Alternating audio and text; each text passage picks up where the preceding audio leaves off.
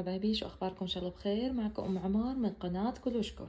اليوم جبت لكم وصفه الصراحه انا الا ملوكيه، غير قصه الشاكريه. طبعا عندي اياها ملوكيه، هي النوع الثاني. لازم مكونات تحذروها، اللي حذرها قبل ما اكمل الفيديو ذوقة طبخه مني. هلا رح ارجيكم وصفه اللي هي وصفه الملوخيه. الصراحه وصفه انا بلاقيها كتير كتير طيبه ومطلوبة وبيحبوها الكبار أكثر من الصغار، بلاقي إن شاء الله. أنا إذا بتوافقوني الرأي قولولي. اللي هي وصفة الملوخية. هلا هقدم لكم إياها وصفة على طريقتي، وبإذن الله بتعتمدوها وكتير كتير بتطلع طيبة إن شاء الله. هلا حقلكم مكونات. هلا عندي اول شيء انا ملوخيه هون جايبتها ملوخيه يابسه، انا كثير بحبها الملوخيه اليابسه. نقيتها. هلا بدي انقعها بالمي واغسلها منيح. الملوخيه حبايبي بدها كثير غسيل لتنضف مزبوط، خاصه اليابسه. اللي مساويه طبعا على ايده ميبسه ما بدها شيء، يعني ما بدها كثير غسيل، خاصه اللي غاسلها ميبسه. اللي تبع السوق كثير بدها غسيل، انتبهوا حبايبي. يعني ملوخية بدها نظافة سبحان الله. هلا عندي انا هون كزبرة، عندي هون كزبرة جرزة كاملة، وعندي ملح معلقة كبيرة، وفلفل اسود نص معلقة صغيرة، ليمون طبعا مشان رشة اخر شيء اللي برجيكم شلون. وعندي توم. هلا بتلاقوا بجوز بتلاقوا الحبات توم كتار، لا مو كتار، لانه بدي احط قسم بقلبها وقسم يعني بدي اقليها مع السمنه، وقسم بدي اخر شيء بس لتستوي. وانا بدي ساوي الملوخيه هون عندي اليوم بدي ساويها باللحمه. عندي هون لحمه موزات. اذا بتلاحظوا اغلبيه فيديوهاتي انا بحب اللحمه. فيكم تستعملوا الدجاج، صدور الدجاج، الفخاد، انتم اللي بدكم اياه.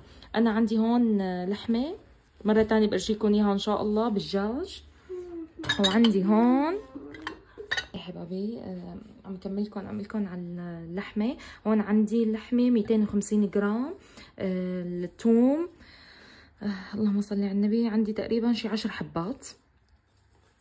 وعندي الليمون مثل ما قلت لكم. وعندي هون مرقه اللحمه. هلا هون عندي اياها مرقه اللحمه انا 400 ملي. هارجيكم شلون بدي احطها، بجوز اعتاز اكثر وبجوز اقل. حارجيكم ليش شو قصدي، لانه هون الملوخيه بالذات اليابسه ما بدها كثير انه مي نغرقها بالمي، بدها شيء انه بتستوي على مهلها بتطلع ما احلاها.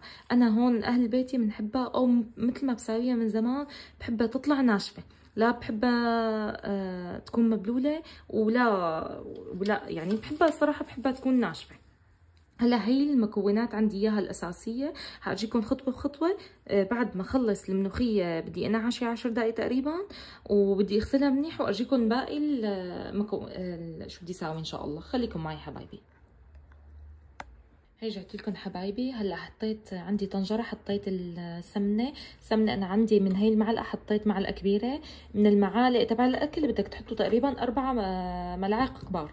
في منهم بيحطوا نص سمنه نص زيت نباتي، ما بتفرق، انتوا اللي بدكم اياه، اللي موجود عندكم ما بتفرق. هلا عندي انا غسلت الملوخيه وعصرتها منيح حبايبي، ليكو غسلتها وعصرتها منيح منيح، ما عاد صفي بالمره، ليكو شلون ناشفه، ما عاد صفي ابدا فيها شيء. هلا شوف شو حنساوي. هلا عندي انا هون السمنه، ونسيت اذكر لكم حبايبي بقلب هالمكونات اللي هي معلقه صغيره كزبره يابسه، كتير كتير بتعطي طعم للملوخيه، جربوها وادعوا لي. هلا عندي هون المعلقه، شوف شو حنساوي. انا ما قلت لكم عندي التومات، حاخذ تقريبا شي 5 أو 3 اسنان، 3 اسنان توم، وحشرحهم هيك بس هيك حامل هيك،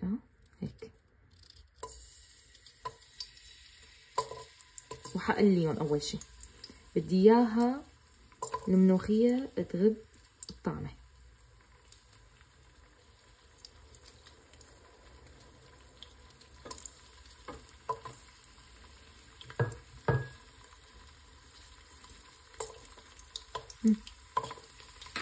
حقليهم وحط كمان معهم الكزبره اليابسه.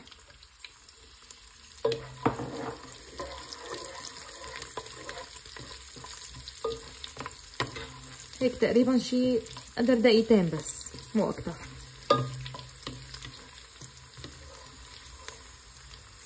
هاي حبايبي رجعت لكم بعد ما تقلب شوي التومات مع الكزبره يابسه والسمنه. هلا شو بنجي بنعمل بقى؟ الملوخيه بنحطها وجبه وجبه، يعني قسم قسم، ما بنحطها كلياتها. انا بدي اقلي هيك وجبه وجبه.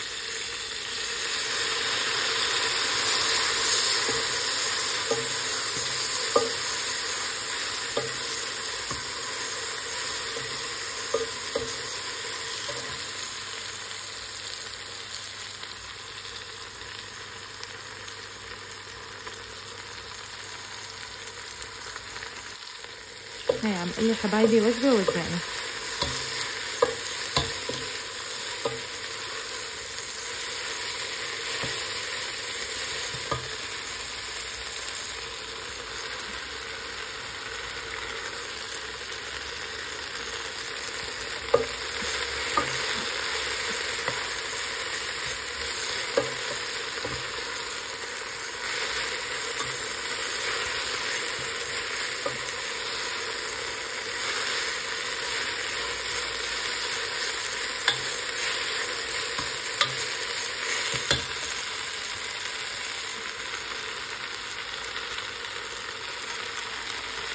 رجعت لكم حبايبي بعد ما تقلت الملوخيه منيح، قليتها منيح منيح. انا خلصوا كلياتهم الوجبه اللي عندي قليتهم. هلا صار بعد دور مرقه اللحمه او مرق الدجاج والملح والفلفل. بسم الله. انتبهوا حبايبي، اذا حاطين بالمرق اللحم او مرق الدجاج ملح لا تكتروهم ملح. انا ما كثير مكتره بقرب مرق اللحم، عشان هيك حطيتهم مع الاخيره. بسم الله. نقلبهم تقليبه.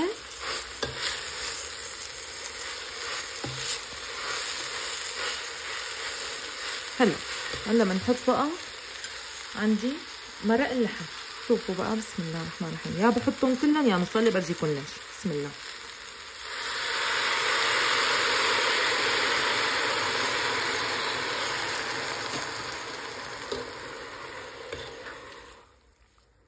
هيكوا حبايبي، هون المرقة عندي هسه قليلة شوي، ما بدي اياها كتير كتير، يعني ما بدي اياها تغمر الملوخية، لأنه بدي اياها تستوي الملوخية على مهلها. مثل ما قلت لكم أنا بدي اياها ناشفة.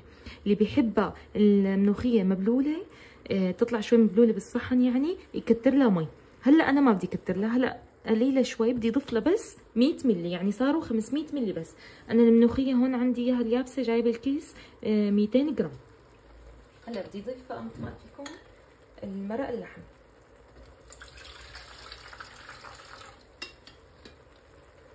هاي 100 ملي. بسم الله. نقلبهم تقليبه. الكزبره والثوم لاخر شي، ما بنحطهم هلا، حطهم اخر شي. هلا حبايبي شوفوا شو بنعمل. هلا بتفكروا المرقات لا مو قلال بالمره. هلا برجيكم شلون بدها تستوي بتطلع ما احلاها. هلا بنغطيها وبنتركها على نار وسط. بعد تقريبا شي ربع ساعة بنشق عليها إذا استوت ولا لا، وبرجيكم إياها بالنتيجة النهائية وقت بدي تضيف الثوم والكزبرة. وطبعا آخر شي كمان اللحمة. ليش أنا بدي أضيف آخر شي اللحمة وقت بدي أقلبها؟ لأن اللحمة عندي إياها أنا هون سالقتها ومستوية. الدجاج اللي سالقه كمان نفس الشي، فيكم تضيفوه هلا، فيكم تضيفوه آخر شي، انتو اللي بدكم يا راحتكم. بس أنا الصراحة بحب بعد ما تستوي الملوخية نضيف آخر شي اللحمة أو كان الدجاج، أظرف. تبعوا طريقته ان شاء الله بتطلع اكله ملوكيه غير شكل. هي حبايبي رجعت لكم بعد ما استوت. شوفوا شلون ناشفه، احلاها واستوت واحلاها والله. ما ضفت شيء ثاني ابدا ابدا. جربوها على طريقتي وباذن الله بتدعوا لي طعمه ولا اروع. هلا بقى شوف شو بدنا نحط. هلا بعد ما استويت عندي التومات، سقط التومات اللي هرستهم بقيانين كلياتهم، وعندي الكزبرة.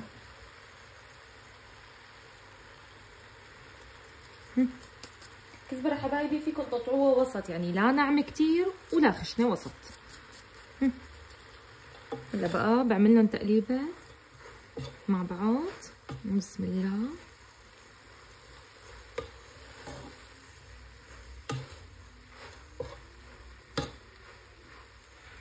بدي احط كمان اللحمة عشان تغب الطعمة، وبدي اترك شوي للوش.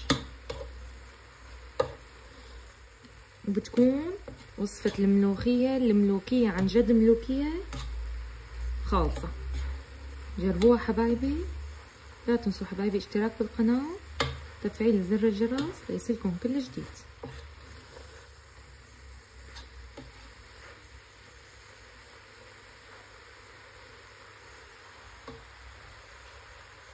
هاي حبايبي حطيت اللحمة كمان، بدي اعمل لهم تقليبة. نقول بسم الله. فيكم ما تحطوها هلا، فيك تحطوها على الوش انتوا اللي بدكم اياه، بس لا انا برأيي حطوه مثل ما عم بعمل انا، بتغب طعمة الملوخية، بتطلع كتير طيبة، واتركوا شوي قسم للوش بزغلرات. شوفوا المنظر، شوفوا الملوكية عن جد ملوكية.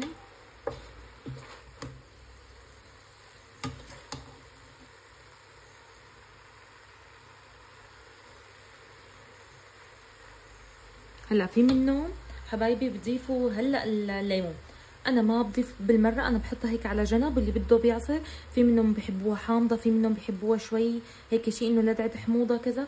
انا برايي لا تحطوا، الافضل لا تحطوا، خاص خلوها قدامها ليمون، واللي بده بيحب بيعصر. اظرف بتطلع والله اطيب.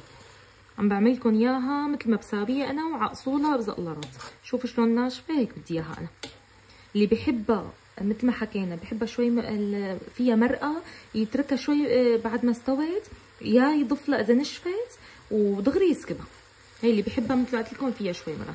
انا صراحه من زمان باكلها بحبها ناشفه.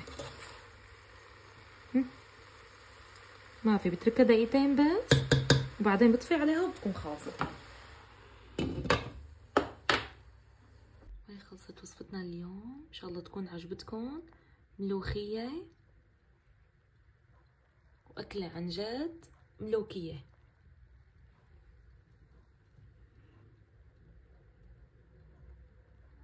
لا تنسوا حبايبي اشتراك بالقناة، تفعيل زر الجرس ليصلكم كل جديد. والسلام عليكم ورحمة الله تعالى وبركاته. Yummy, yummy, yummy, so sweet. Every single bite is a tasty treat. Yummy, yummy, yummy, can't get enough. Delicious and fun, it's the good stuff. Yummy, yummy, yummy, in my tummy. Yummy, yummy, yummy, in my tummy.